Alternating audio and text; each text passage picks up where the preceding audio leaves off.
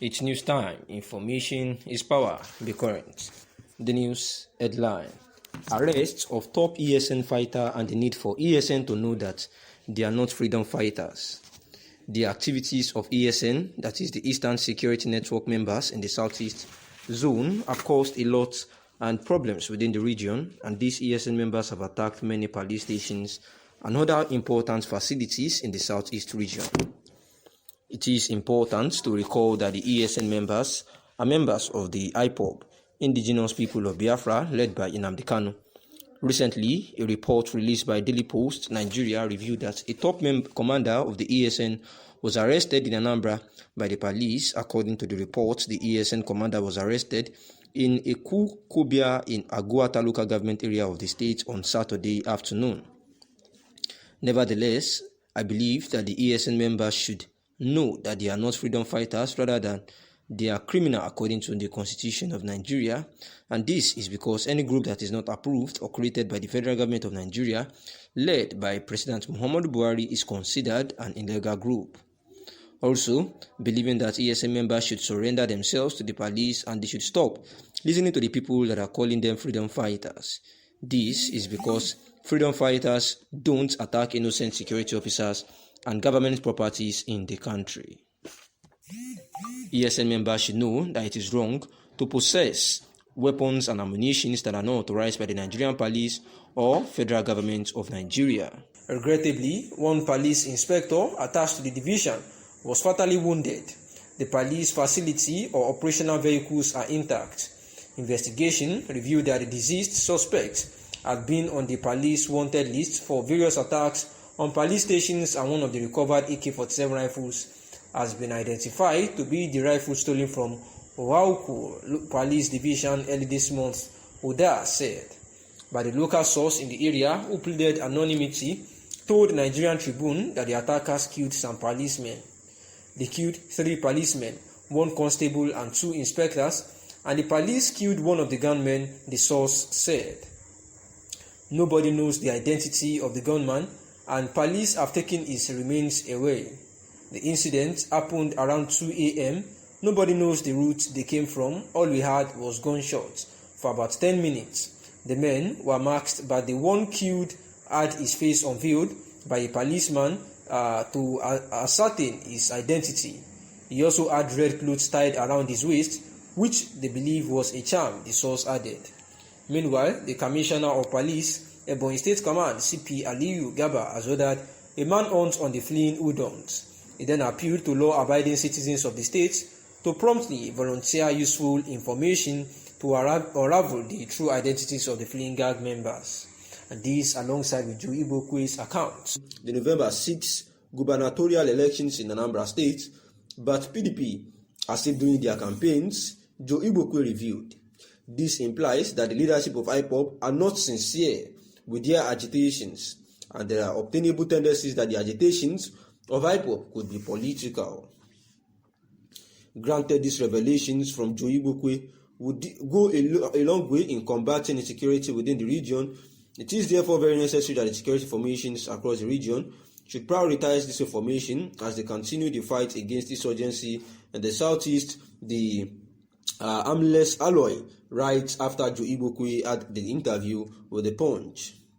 We recall just of recent too that the Abubakar Malami too was analyzing, amongst others, the opera of which the indigenous people of Biafra had actually been causing in the southeastern region, trying to shift all the blames of the mayhem going there on the indigenous people of Biafra. And the committee was headed by the Attorney General of the Federation, Abubakar Malami, said consequent upon the instigating directives of Kanu, members of the IPOB and the Eastern Security Network carried out massive attacks on democratic institutions, especially facilities of the Independent National Electoral Commission, with a view to hampering the democratic process in Nigeria. It said that the attacks that were carried out between October 2020 and June 2021 led to the killings of 175 security personnel. The report read in part, acting on the instigating directives of Nnamdi Kanu, IPOB member, and NSAS protesters attacked and killed many security agents, destroyed several public and private properties, including police stations and public transport buses and other facilities across the country. That on October 24, 2020, Nnamdi Kanu, through an online call in Biafra program, Radio Biafra, further instigated IPOB members to burn down all police stations and kill government security forces, which was carried out, and the security personnel, especially police officers, were killed and public and private properties destroyed. Abubakar Malami further says that 175 security personnel were killed by the indigenous people of Biafra, ESN, comprising 128 policemen, 37 military personnel, and 10 other security operatives, killing of prominent Nigerians. Recently, there were gruesome killings of traditional leaders, Obi-Wan of Okudo Autonomous Community, Eze-I and Yokuchuku Durueburu, and Eze Samson Osunwa of Inhebiunwere Autonomous Community, as well as killing of Dr. Chike Akunyili and 8 others, as well as the killing of Alhaji Ahmad Gulak on Monday 38, 2021. The committee found that as a consequence of Nnamdi Kanu's broadcast, that there were 19 attacks on INEC facilities that resulted in destruction of offices, as well as 18 INEC logistical vehicles, several election materials, equipment and ICT gadgets in Abia, Akwa Ibom, Anambra, Cross River, Enugu, Ebonyi, and Imo states.